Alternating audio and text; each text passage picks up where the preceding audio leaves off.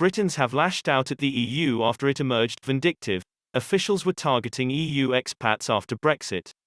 The issue of the rights of UK expats living in EU 27 states after Brexit has become a particularly hot potato after March 31, the deadline for applications to the government's EU settlement scheme.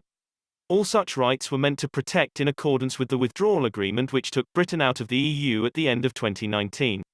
But now, Britons have lashed out at the bloc and many have called for Boris Johnson to rip up the Brexit trade deal amid accusations of expats being badly treated.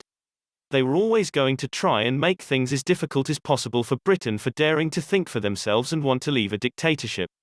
Time for a government that will put Britain's citizens and national interests first. Another person said, and we all remember Verhofstadt demanding that the rights of 4.5 million EU citizens living in the UK are protected. Should never have bothered with all the haggling for a deal. We should have left in 2018.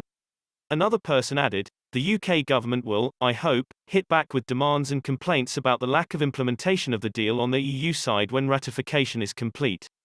Hope the EU don't ratify the deal, but they will. The EU bluster and demands are just that. What if Boris permits the same treatment to EU expats in this country?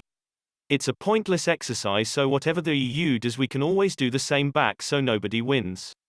While another person claimed the EU sees the expats as bargaining chips, rather than people. Others pointed out expats in the EU have had 5 years to sort out their papers. One person said, "What rot, they have had 5 years to sort out their papers, the only reason they never registered as resident was so they didn't pay UK or Spanish tax. We shouldn't feel any sympathy for them. They want to use our NHS without paying for it and live in Spain tax-free. I'm an expat. People had 4 years to sort out their residency status, those that didn't are either idiots or illegals with no right to be there. Zero sympathy for either." It comes after Brexiteer Jane Ardea, of Get Britain Out, warned, while the EU Parliament continues to try and interfere and question our sovereignty, its own governments, France and Spain in particular, have categorically failed to hold up their responsibilities set out in the Withdrawal Agreement. Across the EU, UK expats are facing a myriad of unnecessary checks and restrictions, as well as trumped-up costs for administration tasks, such as getting a European driver's license. She added, many are unable to open new bank accounts, move home, vote or even travel around Europe without having their rights questioned.